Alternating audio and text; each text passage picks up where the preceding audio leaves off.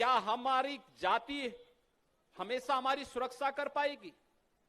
अगर हम जातीय आधार पर नहीं बटे होते, अगर हम मत और संप्रदाय के आधार पर नहीं बटे होते, क्या सोमनाथ का मंदिर कभी टूट पाता? क्या कोई विधर्मी आकर के सोमनाथ के मंदिर की तरफ देखने का दुस्साहस भी कर पाता?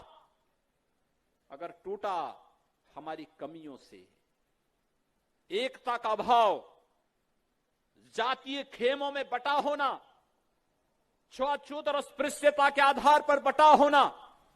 और जब तक भारतीय समाज में छुआछूत और अस्पृश्यता रहेगी, हम अपने उज्जवल भविष्य की कामना नहीं कर सकते।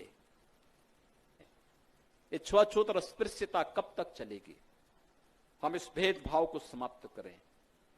हमारे पूज्य धर्माचार्यों को इसका संकल्प लेना चाहिए कि छुआछूत और अस्पृश्यता भारतीय समाज का हिस्सा नहीं हो सकता है, और अगर इसका हिस्सा होगा तो फिर हम सबको अपने ऊपर उन हमलों को होने के लिए भी फिर हम कुछ नहीं बोल सकते, जिसके लिए भारत विरोधी तत्व हमेशा हमें कटघरे में खड़ा करते हैं। हमें संकल्प लेना होगा, कभी भी ये हमारे भावना का हिस्सा नहीं रहा। भारत का प्रतिनिधित्व इस प्रकार के विचार कभी नहीं करते रहे। अगर भारत के अंदर किसी भी परंपरा को आप देखें, आदि शंकराचार्य की परंपरा को आप देखें, आदि शंकराचार्य को काशी में भगवान विश्वनाथ ने चंडाल के रूप में दर्शन दिए थे। मध्यकालीन संत रामानंद जी के बारे में आप जानते हैं, उन्होंने तो एक इसके बारे में इस बात को ही कह दिया कि जाति पाति पूछे नहीं कोई, हरि को भजे सो हरि का होई। यह भाव उन्होंने दे करके सबको अपना शिष्य बनाया। रविदास को भी बनाया, कबीर को भी बनाया, और तमाम अन्य मध्यकालीन परंपरा में ऐसे ऐसे शिष्य उन्होंने दिए। वे भले ही किसी जाति में पैदा हुए होंगे, लेकिन उन्होंने समाज का उस मध्यकालीन समय में जब इस देश पर हमले हो रहे थे, धर्म और संस्कृति जब खतरे में थी, तब उन्होंने ऐसा मार्गदर्शन किया कि समाज में एक नई जीवनी, एक नई संजीवनी पैदा हो गई।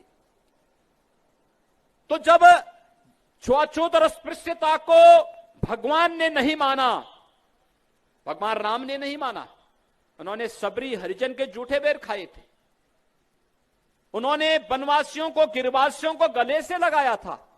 भगवान कृष्ण ने नहीं माना, भगवान शंकर ने कभी नहीं माना।